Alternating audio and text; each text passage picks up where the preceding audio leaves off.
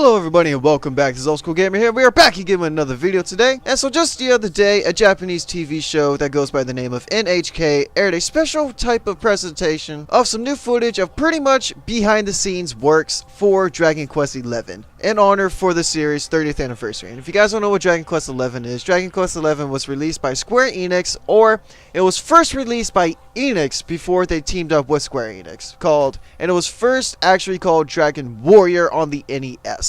And the footage shown for Dragon Quest XI was pretty much just like 1 to 2 minutes long, but in this time shown, it was actually showed quite a bit of features that are going to be into the game. I don't know if they are new or not. I didn't really play any of the more recent Dragon Quest games. I really didn't play too many at all. I played a little bit of the first one and a little bit of the 8th one. That's on the PS2 that came with the box collection. Well, not the box collection, it came with like a little box in there. The features going to be in the game are going to be all the way from like camping to exploration, smithing, and even rideable mounts. And one of these mounts might actually be a dragon. We don't know if it's actually going to be like an actual dragon mount where you can just pop that thing out and just start riding it wherever you want, whenever you want. Or is this going to be like some type of mission, or like you just like, or like the airship from Final Fantasy, you just take that and go fly it somewhere. We don't know what it's going to be like, I don't know. But Dragon Quest X also included some flying mounts also, such as a dragon. I'll pop a few pictures up on the screen. But sadly, Dragon Quest X was actually only released in Japan on multiple consoles, and it was released on a whole bunch of consoles in Japan from what I am familiar with. There are actually a few features that actually interested a lot of people, like camping and also a little bit of smithing, and also the battle system. But I'm actually going to read off a few things off here that they kind of called out about the camping and the smithing and everything like that. But for camping, people will be able to camp. This image shows a camp menu where players can actually rest, heal HP and MP, and do mysterious smithing, pray to the statue of God, and actually patrol the area. So you can have one dude patrolling the area, make sure nothing bad's going down while everybody's sleeping, having a good time at the camp. 2,300 hours. Corporal Teddy Duchamp stands guard. No sign of the enemy. The fort is secure. And also, there's another thing on here about mysterious smithing. That's what they call it. They say, on another screen, ask the player, what would you want to create? These smithing items are actually going to require a few list of items to create these, pretty much like how in Minecraft would. And also, it will have a description of like what the sword is about, probably like a little background story of it would be kind of pretty cool, and also a difficulty level of creating these weapons. So pretty much you'll have to be a certain level in either smithing or your level just in general. Now, I am not saying that there's actually going to be separate type of skill levels in this game. Not confirmed. Haven't said anything about it.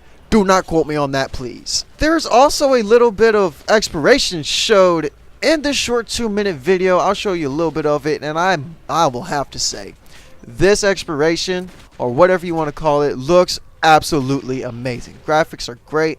I honestly loved how the waterfall looked. That's just me only. And the grass and the trees, it just all looked amazing.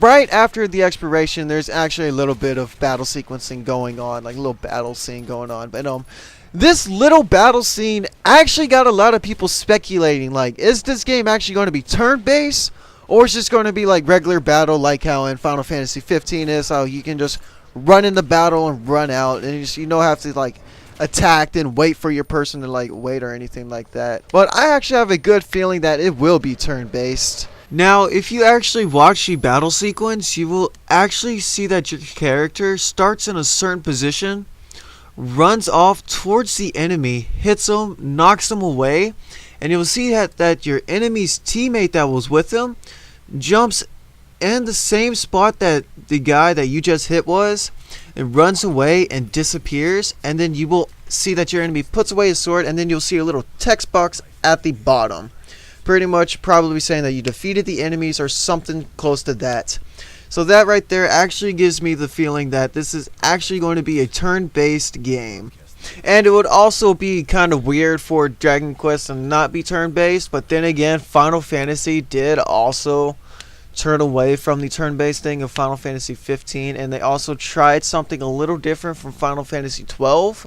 And if you guys have played Final Fantasy 12, it's a little different type battle sequence from every other Final Fantasy and Dragon Quest. It's like well, it's still turn-based, but while you're in battle sequence, you can actually have your character move around from whichever point on the screen that you want, but you still have to wait for your actual time to like regenerate for like you can actually attack. You actually have to wait to attack to wait for your bar to fill up for you to attack or something. But you could still move around the screen and everything like that. Pretty much just like Parasite Eve, if you guys played that back on the PlayStation 1.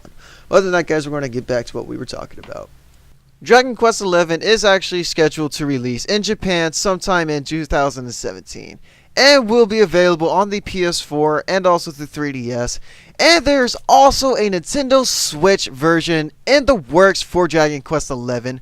Hopefully the Switch gets Dragon Quest XI, because honestly, that will be the best step Nintendo will take so far. Dragon Quest XI has not been confirmed anywhere else outside of Japan, like I said at the beginning of the video. Now, I am going to say I did find this one website. If I can find it again, I'll put it down there in the description below.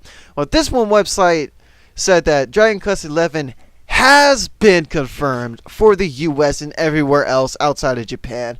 And they said, of course, it is going to release right after Japan's release for Dragon Quest XI. So, honestly, I don't know where they're getting this information from. I don't know what they're coming up with, but I did not find a YouTube video about a US or outside release date for Dragon Quest XI anywhere outside of Japan. I did not find no article, no website, no nothing about that. I could not find a damn thing. I mean, I looked it up. I was like, this is the only website that is saying that Dragon Quest XI has an outside release everywhere else outside of Japan. Now, I don't know. They could be right, they could not be right. I didn't find anything out. I don't know. They could be having some type of inside source of Square Enix or something like that. But I don't know. But other than that, guys, I'm ending off the video there. If you guys liked it, don't forget to like, maybe subscribe if you feel like I'm worthy. And other than that, do not forget to leave your thoughts and comments down in the comment section below. Let me know what you guys think. You know, you guys excited for Dragon Quest XI? If you're in Japan, are you excited for Dragon Quest XI? Of course, if you're watching this, if you somehow come across my videos, how's it going? And are you guys hoping that Dragon Quest XI has an America release or anywhere else outside of Japan? And other than that, are you guys actually excited for that dragon mount? Because that looks fucking awesome. Other than that, guys, I want you guys to have a good day, night, afternoon, whatever time you guys are watching this. And as always, keep it old, so I'll catch you guys in the next video. Later, and as always, thank you for watching.